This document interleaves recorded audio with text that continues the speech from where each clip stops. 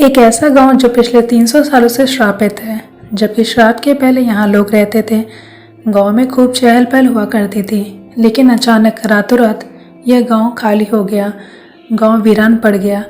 अब यहाँ ऐसी स्थिति है कि यहाँ कोई भी इंसान रात को भटकने से भी डरता है। कहाँ पर है ये गांव? क्या नाम है इस गांव का? इस गांव को किसने श्राप दिया और क्यों दिया? ऐसे कई सवालों के बारे में जानने से पहले please subscribe to my channel and don't forget to like and comment. As you know, आपके कमेंट्स, आपका वीडियोस को लाइक करना यूट्यूब पे मोटिवेशन और हैप्पीनेस का काम करता है।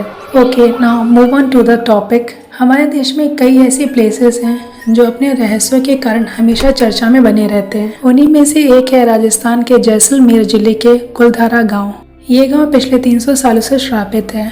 वहीं गांव के आसपास रहने वाले लोगों का कहना है कि यहाँ पर अक्सर कई भूतिया घटनाएं होती रहती हैं। आपको बता दें कि राजस्थान से करीब 18 किलोमीटर दूर कुलधारा गांव है। ऐसा माना जाता है कि पालीवाल ब्राह्मण समाज के लोगों ने सरस्वती नदी के किनारे इस गांव को बसाया था।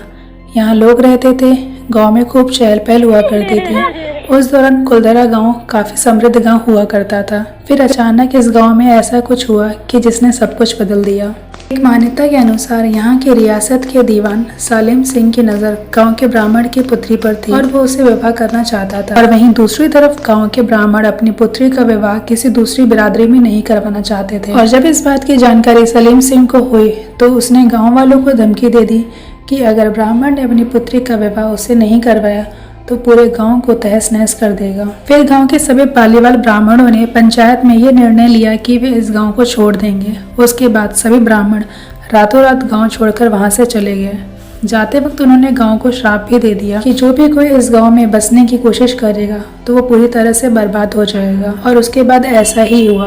उस घटना के बाद ये गांव अब तक वीरान पड़ा है। कुलधारा गांव वीरान पड़ा है, उसके बारे में कुछ लोगों का ये भी मानना है कि सिंह द्वारा अत्यधिक मात्रा में कर वसूले जाने की वजह से परेशान होकर लोगों ने गाँव छोड़ दिया था। वही तीसरी कहानी थोड़ी साइंटिफिक लगती है। उसके मुताबिक पालीवाल ब्राह्मणों द्वारा इस गांव को छोड़ने का मेन रीजन सूखा और पानी के जल स्तर का नीचे गिरना था। हालांकि आज भी लोगों का कहना है कि इस गांव को जो श्राप दिया गया था उसके कारण यहाँ पे भूतिया घटनाएं होती रहती हैं। इस कारण यहाँ पर कोई भी भूल कर जाने की कोशिश नहीं करता है। आज ये पूरी जगह बंजर और वीरान हो चुकी है।